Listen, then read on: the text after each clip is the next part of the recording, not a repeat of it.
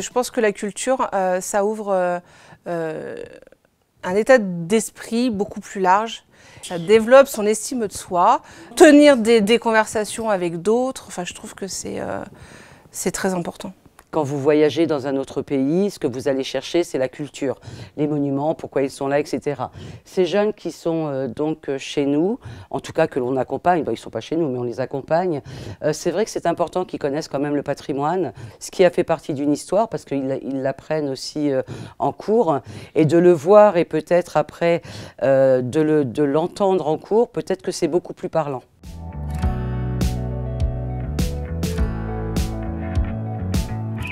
Ça nous a plu déjà le rapprochement. La manière on croyait que genre quand on va voir les gens, genre on n'allait pas s'habituer d'un coup.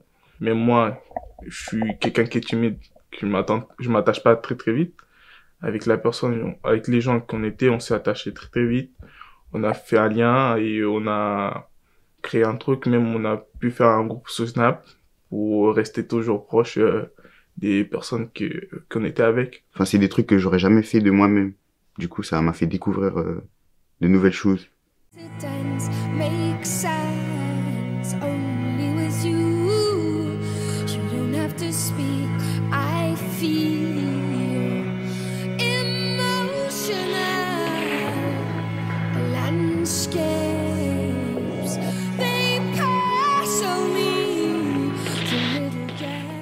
À Point Commun, on aime beaucoup les projets participatifs. On en a 1 ou 2 par saison. Et c'est vrai qu'on a beaucoup de relais de partenaires avec lesquels on travaille, beaucoup de relais associatifs. Et donc on fait d'abord appel à eux. Donc c'est pour ça que très vite on a pensé à la sauvegarde pour nous accompagner sur ce projet. Et on était vraiment ravis de pouvoir accueillir à la fois des jeunes de l'Espace Sésame, des familles d'accueil. Et on a fait appel à, par exemple, les MEX avec lesquels on travaille également. C'était un projet qui était vraiment ouvert à tous. Et d'ailleurs, nos participants étaient âgés de 7 à 77 ans.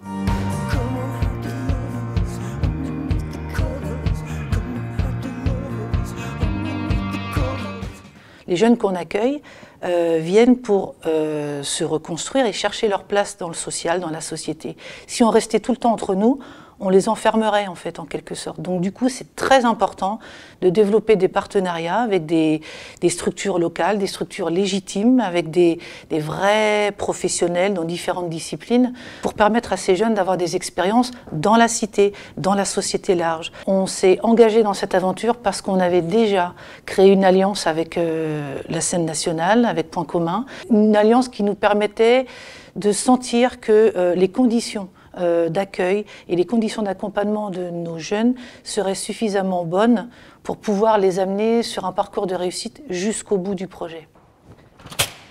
Salut Florine, ça va et toi? Très bien. Nous avons à cœur de partager des projets éducatifs avec les jeunes et leurs assistants familiaux, effectivement pour du coup créer d'autres moments que ceux qu'on a l'habitude de créer au quotidien dans la relation éducative. Et on s'est aperçu qu'effectivement ça pouvait générer vraiment une dynamique positive, le fait d'être ensemble, de partager effectivement des moments culturels, artistiques, renforcer du coup les liens entre professionnels, de professionnels à enfants, et créer une dynamique qui pouvait s'inscrire dans le temps et qui était vraiment très appréciée par tous. Et alors ce projet, le fait que ce soit avec Point Commun, avec un vrai théâtre, c'était important ou pas? Pour moi, oui, c'était important parce que au moins ça nous permettait de nous mettre vraiment dans le bain du théâtre, de la comédie. Franchement, pour moi, c'était vraiment important que ce soit dans un théâtre. En plus, c'était avec un vrai metteur en scène et franchement, ça nous donnait comme artiste. des vrais comédiens, des vrais artistes. On s'est cru. Au début, c'était des entraînements, on faisait de l'essoufflement, donc beaucoup d'exercices. Donc moi qui n'avais jamais fait de sport, donc c'était un peu difficile pour moi, mais par la suite, quand on sortait de là, on était vraiment, c'était un bien-être. Parce que ça nous a permis, ils nous ont appris comment souffler. Voilà, c'était quelque chose que je n'ai jamais fait de toute ma vie.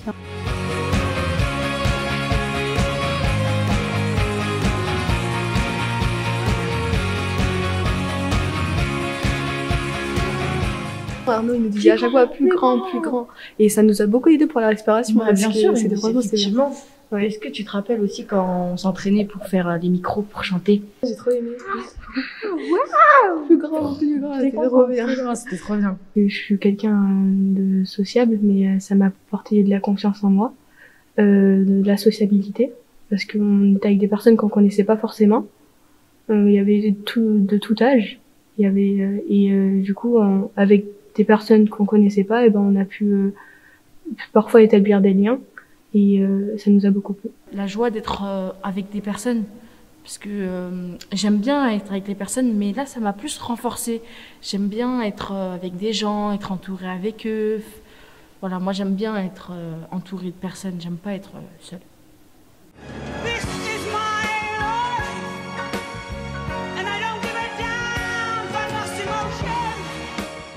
L'importance de l'éducateur dans cette histoire, c'est qu'on s'est rendu compte avec nos expériences précédentes que quand on accompagnait les jeunes vers un projet, le fait que nous on s'implique avec eux et qu'on prenne les mêmes risques qu'eux, et ben ça les aidait à s'investir, ça les sécurisait. Et le fait de vivre une action ensemble, une action qui nous fait peur, qui nous fait craindre et qui nous fait nous dépasser, dépasser nos limites ensemble, ça change aussi la relation qu'on peut avoir entre éducateurs et jeunes accompagnés. Et ça permet d'aller beaucoup plus vite ensuite dans la relation de confiance et peut-être dans le travail éducatif de fond.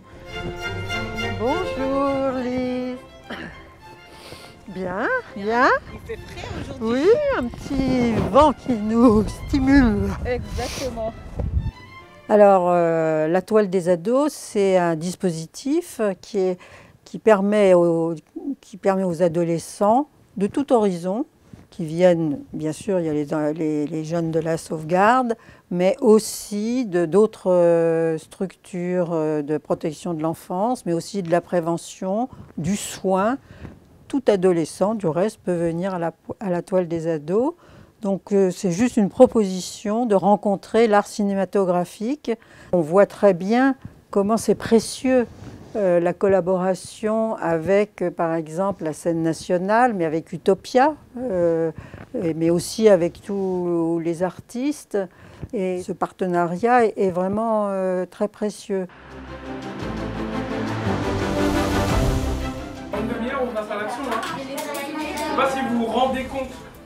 Je montre aux enfants comment penser un petit peu son idée. Donc d'abord, on cherche des valeurs, des choses qu'on a envie d'exprimer. Et puis ensuite, petit à petit, on affine donc par le dessin. Et ensuite, on passe à la réalisation sur vitre. Voilà. Et comme ça, en fait, le truc qui est intéressant, c'est que comme ça, les enfants voient vraiment le développement complet d'une idée et son application.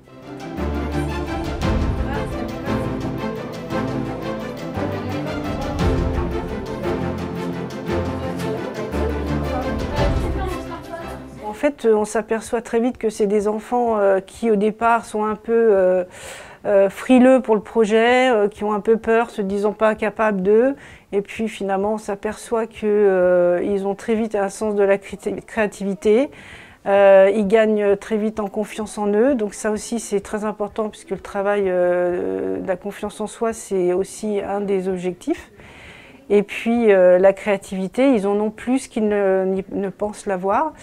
Et on arrive à réaliser toujours de très belles choses, de très belles créations.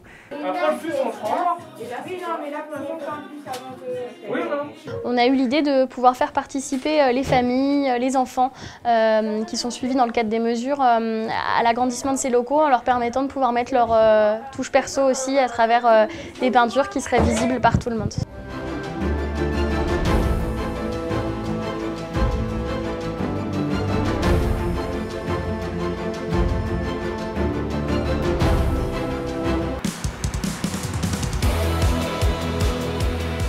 Eh ben regarde, mon ami, ça va? C'est avec toi. Ça va? Ouais. Regarde le truc, c'est le bon temps, t'as vu? Ouais. Ça fait déjà un an déjà qu'on... Il y a un an déjà. À un des cabarets, on a deux petits jeunes du quartier qui sont venus rapper pour la première fois. Et en fait, ils étaient en panique tétanisée. Donc moi, j'ai essayé de leur donner 2-3 petits conseils de ma petite, comment dirais-je, expérience de débutant. Et c'est vrai que les petits, une fois qu'ils ont joué, après, je les voyais comme moi les premières fois où je jouais. Quand on a fini, on est content. Il y a le track, il y a tout ce qui s'ensuit. Donc je trouve que ça peut être sympa. Et puis ça pouvait même donner l'idée à d'autres jeunes de voir leurs amis tenter et de se dire s'il y allait, moi aussi j'ai des choses à dire. Je trouve que c'était pas mal. Après, ça aurait pu permettre de créer des ateliers et puis de faire passer les jeunes à Cabaret, par exemple, vu que c'était à peu près tous les mois et que ça affichait complet à chaque fois. C'était même du surbooking. Donc c'est de l'insertion finalement un petit peu parce qu'ils ont appris un peu à faire du service, un peu à faire de l'accueil, un peu sortir un peu de leur code à eux finalement. Recevoir d'autres publics, des gens qui ne sont pas habitués de fréquenter, de parler différemment, voilà, d'être bienveillant avec les personnes âgées, les tenir par la main. Il y avait des gestes que j'ai vus qui m'ont un peu ému moi par rapport à ça, parce que je ne m'attendais pas à ça. Ils ne sont pas habitués d'aller au spectacle ou d'aller voir même de manger à table, qu'on leur ramène à table. Parce qu'il y a des jeunes qui venaient aussi, pas spécialement pour préparer, mais ils y venaient aussi en tant qu'invités. Donc ils se posaient à table, quelqu'un les sert. C'était quelque chose de bien, quoi.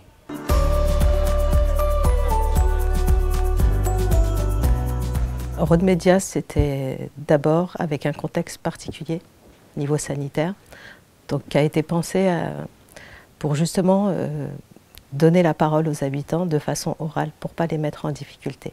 Donc on a cherché quel support.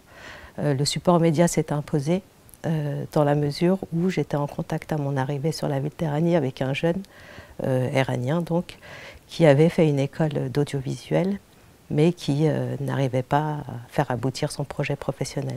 Donc on a pris le temps d'en discuter tous les deux et ça s'est imposé de le faire sous forme de vidéo, d'interview donc, et en extérieur, pour ne pas le mettre en difficulté et aussi pour pas que ça soit un frein pour les habitants. Bonjour, je m'appelle Demba Baradi, j'habite à Irani. Ce qui m'a intéressé dans Road Media, c'est de bricoler et de filmer. On a eu 3 semaines courtes en gros, pour un peu leur apprendre la vidéo, etc., comment ça se passe, la règle des tiers et tout ce qui était technique. Je pense que ça leur a apporté beaucoup de connaissances du coup. Déjà même se débrouiller, construire un plateau pour eux, etc., s'investir eux-mêmes dans la ville. Et puis ensuite, après les interviews, voilà, les parents ils voient que les petits sont là et qu'ils font quelque chose en fait dans la ville. Là, qu'il s'agisse d'écrire, de monter un plateau d'interview, de chanter, de danser, de découvrir un patrimoine. On voit le heurt d'une rencontre, d'une émotion qui est partagée, comment ensemble on est ému de chanter par exemple en anglais devant un micro, ou quelle émotion on partage dans l'obscurité par exemple d'une salle de cinéma. Ce film de la fête de printemps vraiment pour moi incarne une sorte de manifeste pour l'art comme fonction sociale et politique. C'est vraiment un manifeste pour préserver ce bien tout à fait précieux et essentiel. En ce moment, ça résonne, essentiel, je dirais même presque existentiel.